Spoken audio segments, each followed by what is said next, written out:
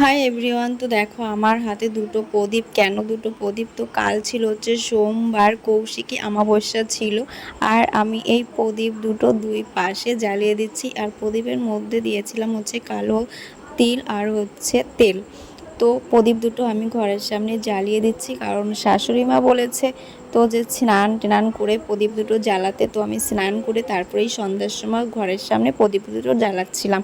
আর এইখানে দিদিমা আমাকে বলছে যে প্রণামটা কর, প্রদীপ জ্বালিয়েছিস, প্রণাম কর। তার জন্য আমি আবার এইখানে প্রণাম করে নিলাম। আর তারপরে দেখো এইখানে মা হচ্ছে চালের গুঁড়ি, ময়দা, তারপরে হচ্ছে তাল এইসব মেখে রেখেছিল। আর আমি বানাচ্ছি হচ্ছে কলা পাতায় যে তাল পিঠাটা হয় সেটা তাল পোড়ানো বলে। তো কলা পাতা, তো এটাকে কলা পাতা পোড়ানো বলে। আর এইখানে দেখো মা বানিয়েছিল মিষ্টি। আর মিষ্টির রসটা একটু টেনে গেছে, কিন্তু মিষ্টিটা খেতে কিন্তু খুবই টেস্টি হয়েছে। তো মা বাড়িতে বসে মাঝে মাঝেই এই মিষ্টিটা বানায়।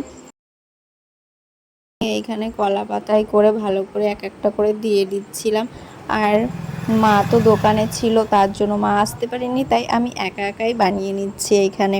তো একা একা বানাতে কোনো ব্যাপার না, আমি গ্যাসে বসে বানাচ্ছিলাম, তো এক হাত দিয়ে হয়েই যাচ্ছিল।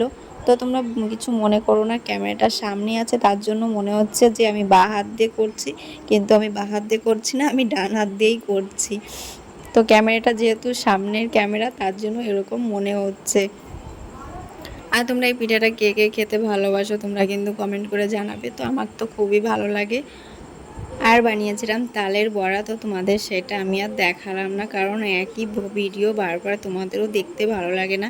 তো ভিডিওটা কেমন লাগলো, ভিডিওটা যদি ভালো লাগে তাহলে একটা like, comment, share and subscribe করে দিয়ে, যারা ফেসবুক থেকে দেখছো তারা ফলো করে নিও।